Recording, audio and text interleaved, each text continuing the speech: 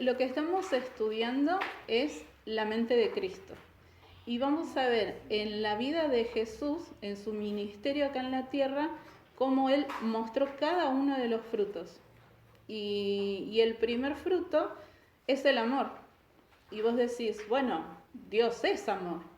Pero Dios y Jesús estando con sus discípulos mostró el amor, y podemos leer también ahí cerquita en Juan 13, que es uno de los versículos que... ¿Puedo leer yo? Dale. ¿En dónde era? Juan 13, 1. Juan 13, 1.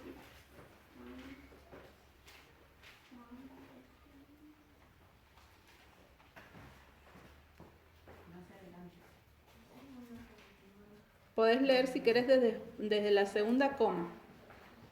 Tengo que leer. 13, 1. ¿El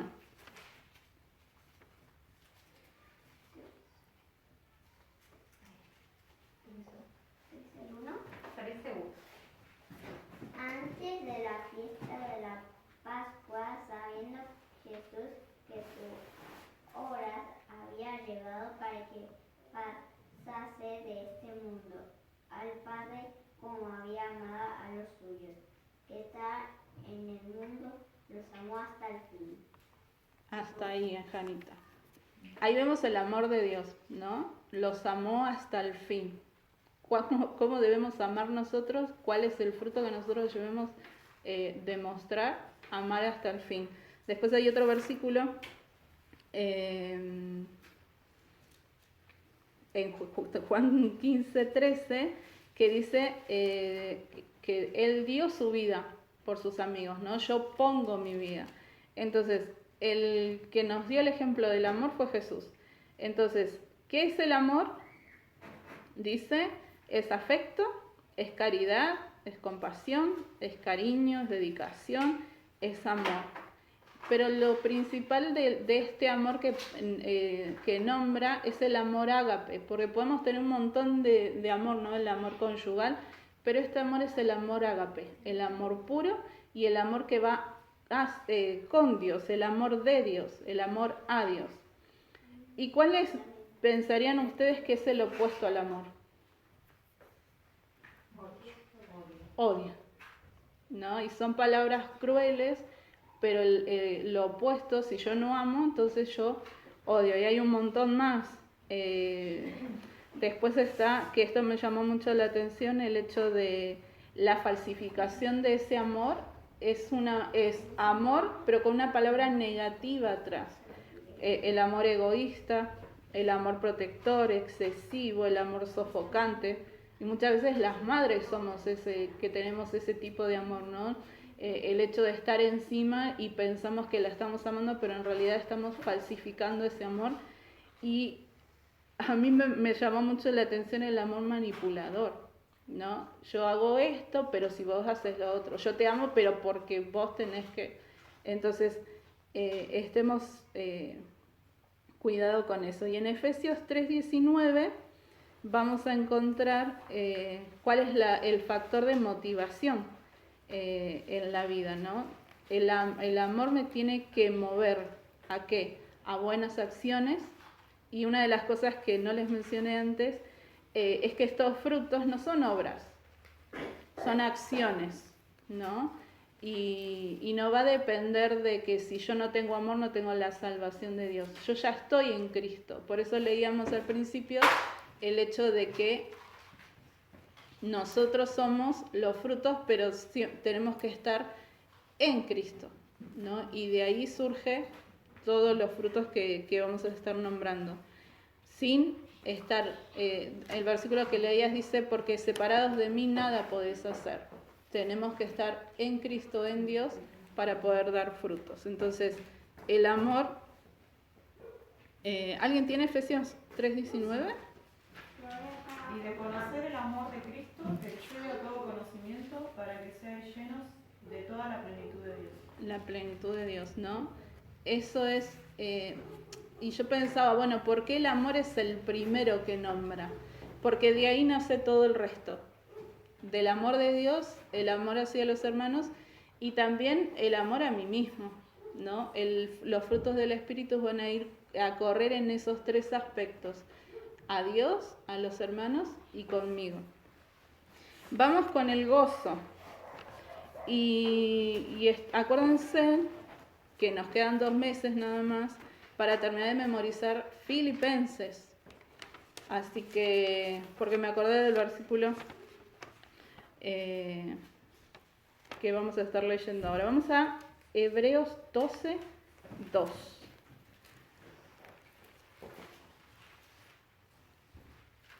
Y el gozo no deriva de las circunstancias que yo tengo en mi día a día. Y vamos a ver cómo Dios mostró el gozo. ¿Quién tiene? Hebreos 12, 2. Dale. Puestos los ojos en Jesús, el autor y consumador de la fe, el cual por el gozo puesto delante de él sufrió la cruz, menospreciando el oprobio, y se sentó a la diestra del trono de Dios. Por el gozo que Dios tenía, sufrió la cruz. O sea, eso ya nos dice cuán preparado estaba Jesús de llegar a la cruz. ¿Pero por qué? Porque sabía que el sacrificio que Dios iba a hacer en la cruz por mí, a mí me iba a traer salvación. Entonces dice, por el gozo puesto, ¿no? Sabía más allá de lo que iba a sufrir en ese tiempo, en ese momento de ir a la cruz, no solamente de ir a la cruz, sino de ser azotado, el ser humillado delante de...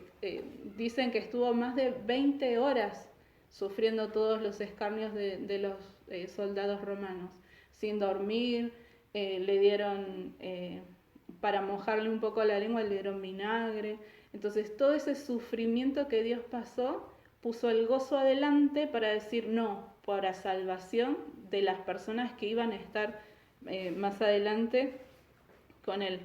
Y ¿quién tiene Juan 17? ¿Por qué? Sí, Juan 17. Del 1 al 4, o con el 1.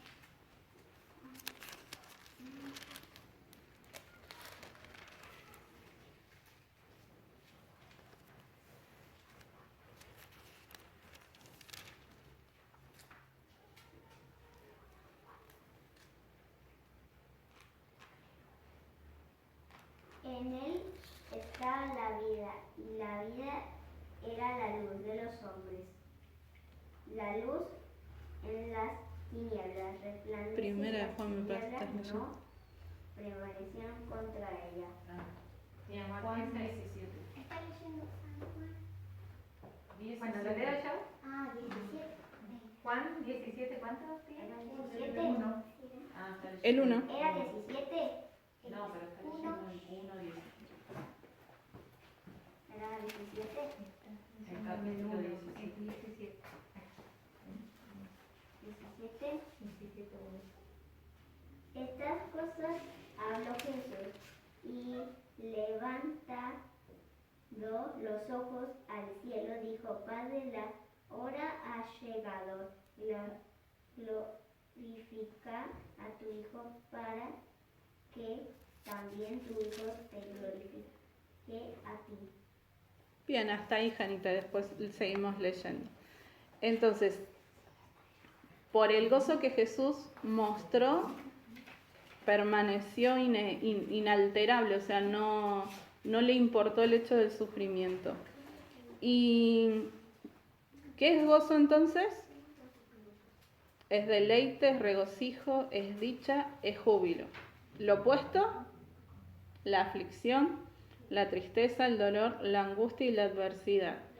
Y la falsificación de gozo es pasión, delirio o arrebato. Y yo puse que me encantó cuando tenemos euforia o cuando gana Argentina, ¿no?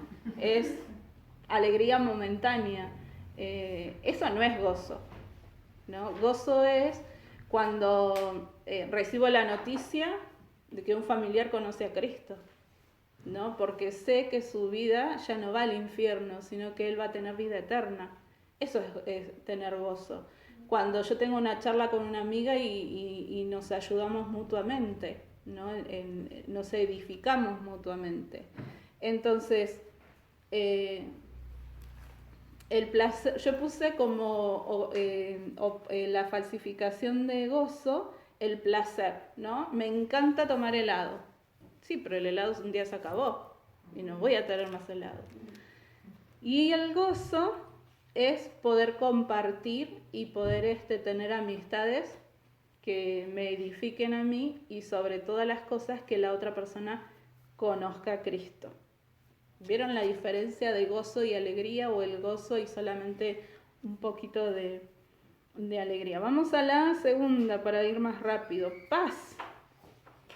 Y Jesús en Isaías, ¿quieres leer, Areli? Isaías 9:6, dice que Él es el príncipe de paz.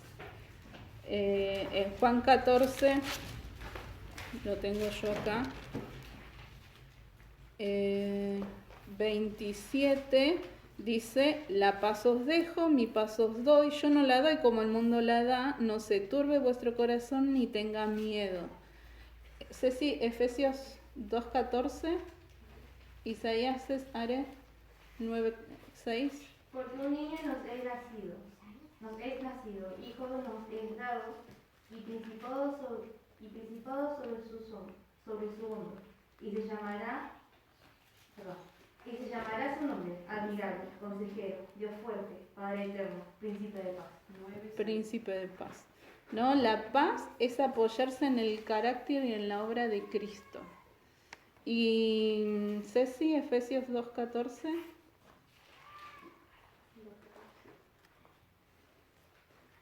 Porque Él es nuestra paz, que de ambos pueblos hizo uno, derribando la pared intermedia de separación. Muy bien. ¿No? Cristo en la cruz nos dio la paz. Y entonces es reposo, tranquilidad, armonía, serenidad, ¿no? Y lo contrario es ira, conflicto, rivalidad, contienda. Siempre decimos, ¿no? Donde hay contienda no reina la paz, ¿no? Entonces es un fruto que también tenemos que mostrar. Y la falsificación es ser neutral, es tibieza, indiferencia, falta de compromiso, ¿no? El hecho de decir, yo quiero ser una persona pacífica, entonces no me meto con nadie, ¿no? Yo. No opino, no quiero entrar en conflicto, pero yo sé que vos estás yendo a un barranco, pero yo no te puedo decir nada, ¿no? Entonces no me quiero meter, pero no estoy siendo yo la pacificadora. O sea, si yo veo un conflicto entre hermanos y no voy y digo, mira, me parece que del lado, ¿no?, de la otra vereda yo puedo ayudar y ahí es cuando nos podemos apelar a esa paz que Dios nos da y nosotros ser pacificadoras, ¿no? No es que me tenga que meter en todos los asuntos de todos los hermanos, tampoco, pero sí el hecho de poder, sobre todas las cosas, orar, ¿no? Y ver si puedo ser de bendición al hermano, poder hacerlo. Y el último versículo para la paz, Romanos 5:1.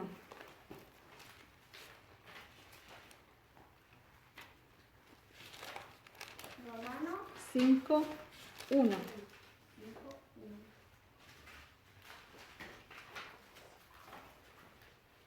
Ese lo sabemos de memoria. ¿En serio? ¿Sí? Sí. Justificados pues por la fe, tenemos paz para con Dios por medio de nuestro Señor Jesucristo. No me lo. Bueno. El siguiente fruto es paciencia, ¿no? Y cuando leemos paciencia ya nos cansamos, porque ya, paciencia. Nosotros queremos tener paciencia, pero la queremos ya, rápido.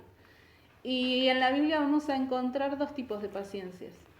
Y me encantó el hecho de que en Gálatas vemos la paciencia, macrotunia, es la palabra en griego. Y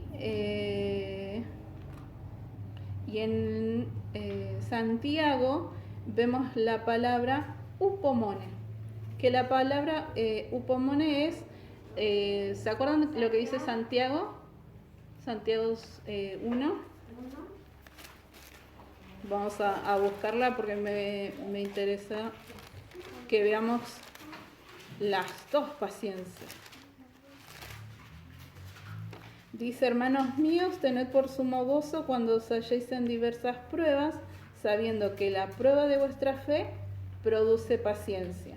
Mas tenga la paciencia su obra completa, para que seáis perfectos y cabales, sin que os falte cosa alguna. Entonces, esta paciencia, que es upomone, es estar debajo de la prueba, debajo de circunstancias difíciles, es donde Dios nos va a decir: quédate quieta, espera, tené paciencia, ¿no? Es prueba como el oro cuando lo meten al fuego, cuando está ahí el carpintero cepillando y lijando. Esos son, es la paciencia la que nos pone a prueba el Señor en cuanto a las pruebas. Y la paciencia de Gálatas como fruto en sí es esperando activo. Vos decís, ¿cómo esperando activo? Por ejemplo, la novia, ¿no? Ya está el novio, ya los papás dieron el permiso para que sea el casorio, tienen la fecha, tienen todo, pero lo único que falta es esperar que llegue el día. ¿Y en qué vemos a Jesús en este ejemplo? Cuando Él espera, cuando Él dice en uno de los versículos que leíamos, la hora ha llegado, ¿no? La hora de la muerte era de Jesús, de pasar todo ese sufrimiento. ¿En qué tuvo paciencia Jesús? En la cantidad de veces que le tuvo que enseñar a sus discípulos en cuanto a la fe. Una y otra vez les enseñaba fe y los discípulos siempre salían con una u otra cosa. Me acuerdo cuando les enseña en cuanto a... hace el milagro de los panes y los 5 peces, les da de comer a 5.000 y se van a otro lugar y ahí dice uno de los discípulos: no trajimos pan, ¿no? Pero si le había dado de comer a 5.000, no iba a tener para darle a 13. Entonces, falta de fe, ¿no? Y uno de los discípulos dice: aumentanos la fe. Entonces Jesús todo el tiempo enseñó a los discípulos en cuanto a la fe y no se cansó, le tuvo la paciencia de enseñarles todas las veces que era necesario. Y Dios es así con nosotros también. Paciencia. Y Dios es el autor de la paciencia. Leamos Romanos 15, 5. Are busca 2 Tesalonicenses 3:5. Ahí tenemos a Cristo como el ejemplo de la paciencia. Y la paciencia también la expresamos en el amor. 1 Corintios nos habla de que el amor todo lo espera, ¿no? Hablando de este ejemplo de la novia que espera que llegue el tiempo para unirse a su esposo. Y la paciencia que nosotros debemos tener ahora es la segunda venida de Cristo justamente, ¿no? El tiempo no falta mucho y Cristo en cualquier momento viene. ¿Quieres leer? ¿Quién tiene Romanos 15? Dale, Han. 15:5. Pero el Dios de la paciencia y de la consolación os dé en que vosotros un mismo sentir según Cristo Jesús. El Dios de la paciencia. 2 Tesalonicenses 3:5. Y enseñar en camino vuestros corazones al amor de Dios, y a la paciencia de Cristo. Muy bien. Y el Espíritu Santo es la fuente de esa paciencia, ¿no? Gálatas 5:22. Entonces dijimos, paciencia es constancia y perseverancia. Y lo opuesto es inquietud. Y yo le puse mal humor, porque si yo espero, pero no estoy esperando con los otros frutos, con la paz, con el amor, y estoy inquieta y estoy de mal humor, es el opuesto a la que es la paciencia de Dios. Y una falsificación, me reía porque el libro, digo, es un poquito viejo, ¿no? Porque tiene palabras como muy rebuscadas. Y tuve que agarrar el diccionario, y lo opuesto es transigencia. ¿Qué quiere decir transigencia? Tolerancia, ¿no? Yo puedo falsificar la paciencia con tolerar cosas, pero en realidad también hablaba de indulgencia, o sea, hacer pasar, ¿no? Lo usan mucho la Iglesia Católica, ¿no? Pagas una indulgencia, o sea, no, ¿cómo decía?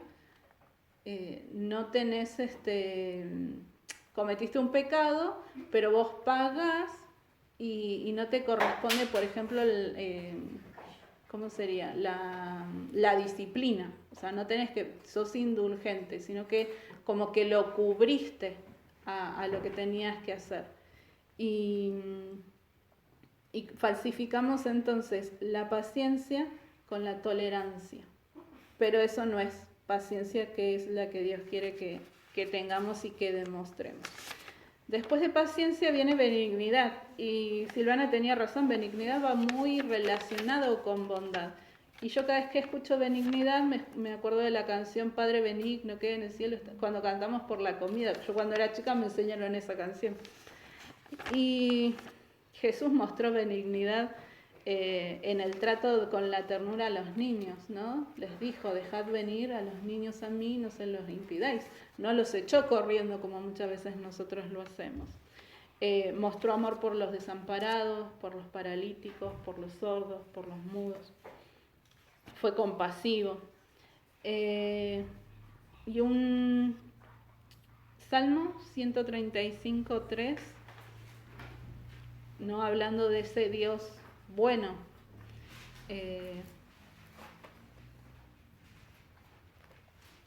Ahí en el Salmos. Y es un Salmos, ¿quién lo tiene? Que aparece 2 veces la misma palabra. Alabad a Jah porque Él es bueno, cantarnos a su nombre porque Él es benigno. O sea, el salmista en el mismo versículo lo repite 2 veces, porque Él es bueno y porque Él es benigno, ¿no? ¿Qué debemos hacer nosotros? Alabarle. ¿Y qué debemos hacer? Contagiarnos de esa benignidad. ¿Y cómo lo demuestro? Siendo útil, servicial, ¿no? Y siempre la benignidad va a ir junto con la justicia y el amor. Para ser benigno, yo debo hacer mis acciones o lo que yo quiera hacer en cuanto al servicio con justicia y amor. Entonces, benignidad es generosidad, benevolencia. Lo opuesto es severidad, aspereza, descortesía, crueldad.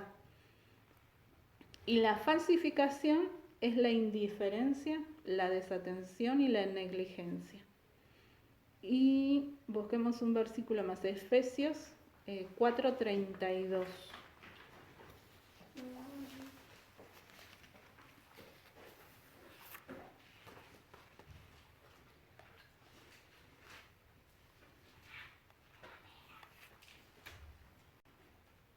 Efesios 4:32. Antes, sed benignos unos con otros, misericordiosos, perdonándonos unos a otros, como Dios también os perdonó a vosotros en Cristo. Y esa es una orden, ¿no? Que nos dice Pablo, ser benignos unos con otros. Y en el papelito que yo les puse, en el último que está en blanco, dice acción. ¿Cómo yo puedo en lo que queda del mes, en lo que queda de la semana o en lo que piensa la semana, completar y hacer esa acción, ¿no? ¿Cómo puedo yo ser benignos con mi hermano? Unos con otros, dice. Así que esa es la tarea que tienen que hacer. Vamos a bondad. La bondad es actitud amistosa hacia los otros. ¿Quieres buscar Tito 3:4? Bueno, Efesios 2:7 y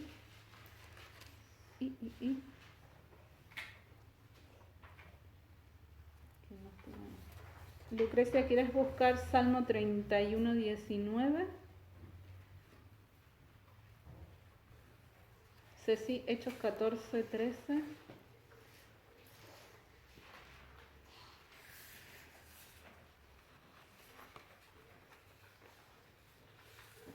¿Quién tiene Tito?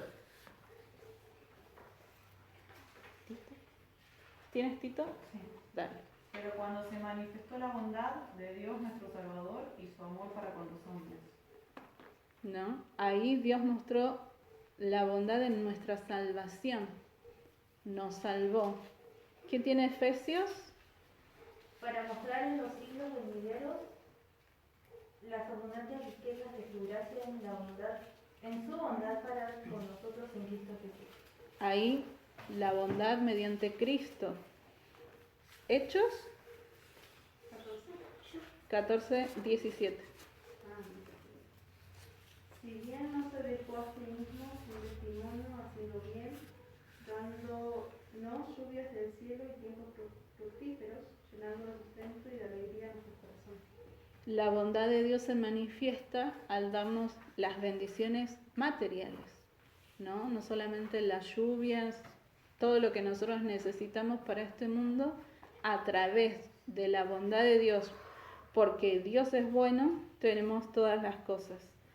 El Salmos 31:19. 31:19.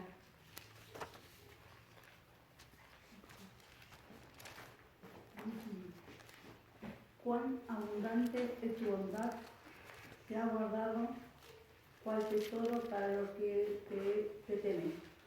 Las bondades espirituales, ¿no? Las bendiciones espirituales de parte de Dios para con nosotros. Y el Salmo 86:5 dice: porque tú, oh Señor, eres bueno y perdonador, y grande en misericordia para todos los que te invocan, ¿no? La bondad de Dios perdonando mis pecados. Entonces la bondad es desinterés, renuncia, y la bondad la podemos llevar, o la palabra que más la podemos asimilar es misericordia, la bondad de Dios. O sea, merecíamos la separación eterna, el infierno. Dios en su misericordia, porque Dios es bueno, nos da la salvación. Lo opuesto a bondad es maldad, malicia. Y la falsificación es simulación, fingimiento y hipocresía. Y como todo uno de los frutos, Dios mostró por excelencia, en su mayor esplendor, nos mostró su bondad al darnos a su Hijo, ¿no? Esa es una de las plenitud más grandes que pudo tener en cuanto a la bondad. Vamos a fe. Y la palabra fe en sí también va relacionada con fidelidad en esta parte del versículo. Y el ejemplo de Jesús era lo que decíamos recién. Jesús fue fiel a sus discípulos, fieles a sus promesas, todo lo que dijo lo cumplió. Mostró fidelidad a las Escrituras, cumplió las Escrituras. Y en el obrar con su Padre, ¿no? Todo lo que dice, todo lo que yo hago es porque el Padre lo dice, porque el Padre todo el tiempo fue relacionado, su relación fue con el Padre. Leamos Hebreos 3:1, ¿sí? Dale, Janita. Hebreos 3:1.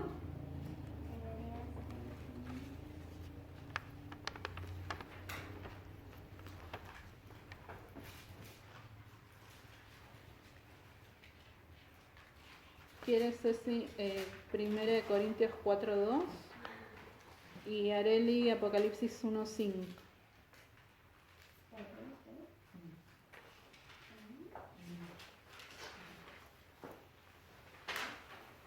¿Tienes Apocalipsis? Hermanos santos por tanto, hermanos santos participantes del llamamiento celestial, considera al apóstol y sumo sacerdote de nuestra profesión en Cristo Jesús. Ahí tenemos al fiel sumo sacerdote, a Jesucristo. Apocalipsis 1:5. 1:5. Y de Jesucristo el testigo fiel, el primogénito de los muertos y el soberano de los reyes de la tierra, al que nos amó y nos lavó de nuestros pecados con su sangre. Ahí tenemos al testigo fiel, a Jesucristo. 1 Corintios. Ahora bien, se requiere que los administradores, que cada uno sea hallado fiel. Que cada uno sea hallado fiel. Y hay un versículo en 2 de Timoteo que está hablando a las esposas de los diáconos y le dice, no, que sean esto, que sean, y dice, fieles en todo. Y yo digo, wow, le está hablando a las mujeres que sean fieles en todo.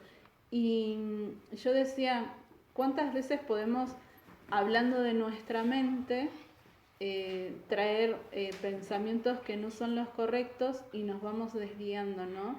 El año pasado vimos las mentiras y esas mentiras nos hacen desviar. Dios quiere mujeres fieles en todo.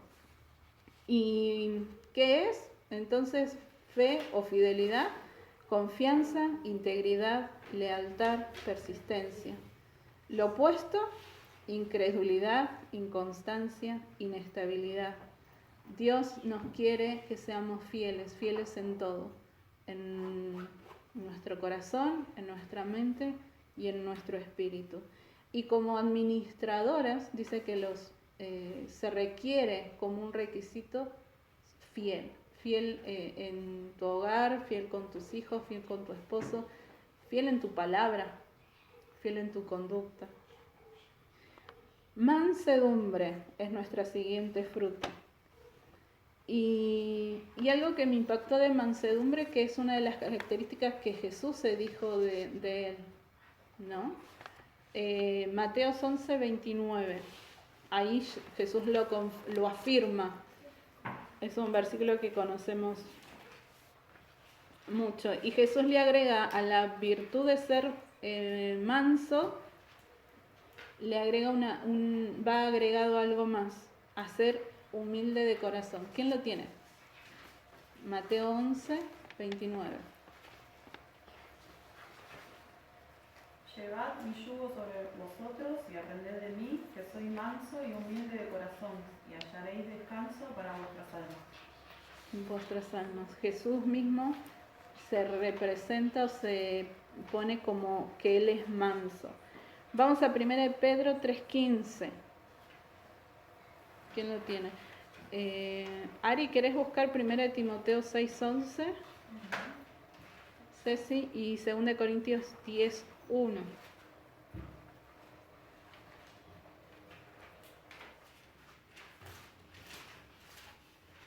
Primero Pedro, ¿lo tienes, Anabela? Primera Pedro 3:15. Sino santificad a Dios, el Señor, en vuestros corazones y estar siempre preparados para presentar defensa con mansedumbre y reverencia ante todo lo que os demande razón de la esperanza que hay en vosotros. ¿No? El hecho de presentar el Evangelio con mansedumbre, ¿no? El no ir a la persona prepotentemente y hablarles de Cristo, sino ser cuidadoso, el hecho de, si bien le tenés que enfrentar o confrontar con su pecado, pero no de una forma hiriente. Ahí se refiere a eso, a presentar defensa del Evangelio con mansedumbre. 1 Timoteo 6:11 y 2 Corintios 10:1, ¿tenés? ¿3:11? 1 Timoteo. Las mujeres asimismo sean honestas, no calumniadoras, sino solas que en todo. Ah, ese es el que se me escapó de acá arriba. Está bien. Yo, Pablo, os ruego por la mansedumbre y ternura de Cristo. Yo que estando presente ciertamente soy humilde entre vosotros, mas ausente soy osado para con vosotros. Bien. Pablo mostrando mansedumbre y ternura, ¿no? Ahí también va el hecho de cómo hablamos, de cómo nos relacionamos con los demás. Entonces, mansedumbre, ¿qué es? Dice aceptar de buenas, sin residencia, a la forma de Dios. Es un fruto de poder, dice humildad ante Dios, los hombres, dice al restaurar al hermano. Creo que ese era el versículo, el hecho de en Gálatas hablaba, ¿no? Que si tu hermano, sí, para que lo busquemos, presentate vos con mansedumbre, dice. Vosotros que sois espirituales, Esa. restaurable con espíritu de mansedumbre, considerándote a ti mismo, no sea que tú también seas tentado. Y es en 6:1. Gálatas 6:1, ¿no? El hecho de tener el corazón humilde, como decía, como la virtud también que le puso también el Señor Jesús. Y lo opuesto, arrogancia, altivez, egoísmo, orgullo, interés propio. La falsificación, ser negligente, apático, y también aparece una palabra perezoso, ¿no? Y vos decís, ¿cómo perezoso? Sí, el hecho de no, o sea, de decir que se la arregle solo, ¿no? Yo me quedo tranquilo, no me meto. Entonces, tener un espíritu perezoso no me lleva a tener la mansedumbre de poder ir con el hermano, con ese corazón humilde y poder ayudarle. La última cualidad de este fruto es la templanza. Y la templanza también puede ser disciplina y dominio propio. ¿Y qué me pasó con esta palabra? Que no aparece en ninguna otra parte de la Biblia. Templanza aparece en Gálatas 5:23. Templanza. Y va relacionado con el dominio propio, que no depende de mí, ni de mi esfuerzo, ni de mi voluntad, sino que es la obra pura del Espíritu Santo. Leamos 2 Timoteo 1:7, que nos va a hablar del dominio propio.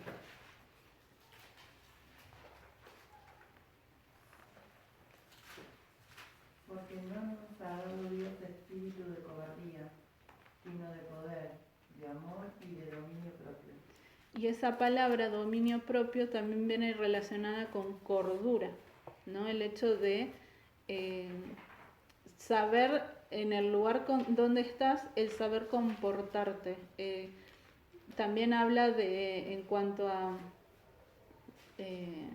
una dieta, ¿no? El hecho de tener dominio propio. Vos sabés que algo te va a caer mal o que estás queriendo bajar de peso y te preparas un montón de comida. No, dominio propio, ¿no?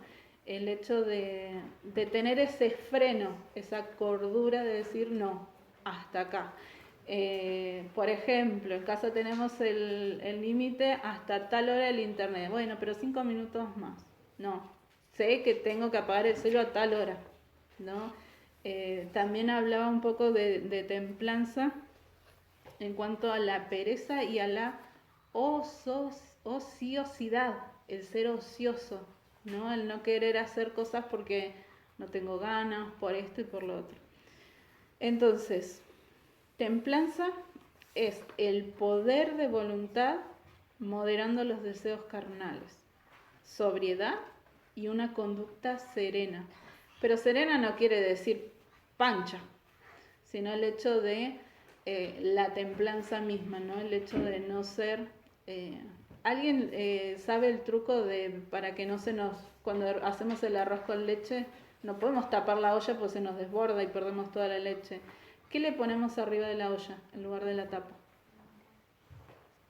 ¿Papel? No, una cuchara de madera, para que no se nos queme.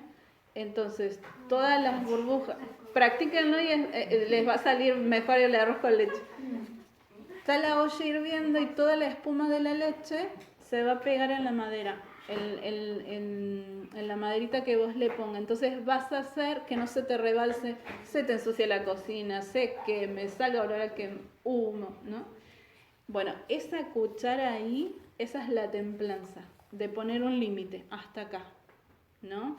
Puedes pasar un montón de situaciones, te pueden venir a gritar, te pueden venir a agredir, pero con la ayuda del Espíritu Santo te puedo asegurar que vas a salir victoriosa si vos tenés la templanza. De decir, nada me puede sacar de donde yo estoy, ¿no? El hecho de, lo he vivido yo no soy, o sea, como esa que explota enseguida, ¿no? La polvorita que le dicen o el fosforito que la prende, ¡puf!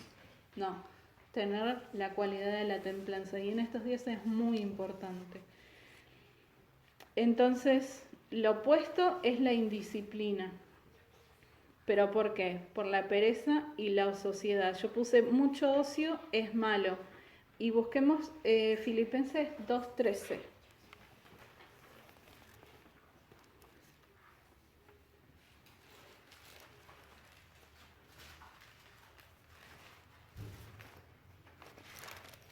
Quien lo tenga, que lo pueda leer. Porque Dios es el que en vosotros produce así el querer como el hacer por su buena voluntad.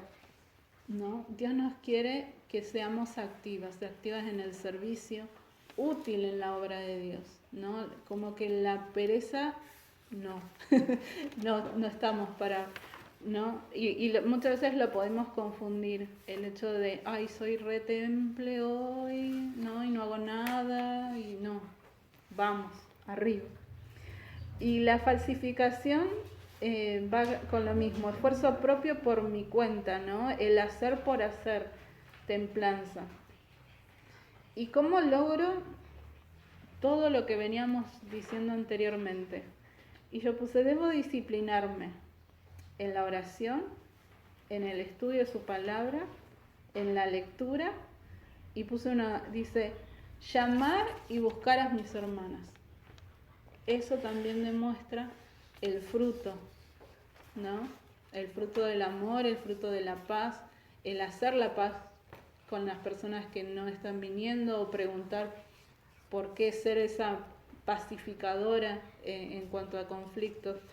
Y la última parte del versículo de Gálatas 2:23 dice, contra tales cosas, o sea, las cosas que estamos diciendo, los frutos, no hay ley. ¿Qué quiere decir? Gálatas ya viene hablando antes de los deseos carnales y los va nombrando y después nos nombra los frutos del Espíritu. Entonces, no hay nada que se pueda decir en cuanto a los frutos. ¿Por qué? Porque la ley queda obsoleta. Si yo demuestro, si yo vivo, los hermanos pueden ver en mí los 9 frutos del Espíritu, no pueden venir con ninguna cosa a decirme por qué. Porque yo soy delante de Dios, soy una cristiana genuina, una cristiana santa. Y me encantó esto, ¿no? El hecho de decir, no es que nadie me puede decir nada, no. Por lo que yo soy, no, la ley ya no puede contra mí, digamos. ¿Por qué? Porque no tienen de qué agarrarme. Voy a ser íntegra, voy a ser irreprensible.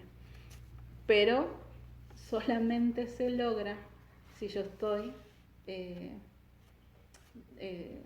arraigada a través del Espíritu Santo. ¿A qué?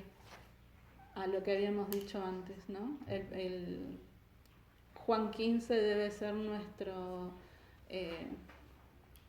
sustento, el hecho de decir, separados de mí nada podés hacer, separada de Dios nada puedo hacer.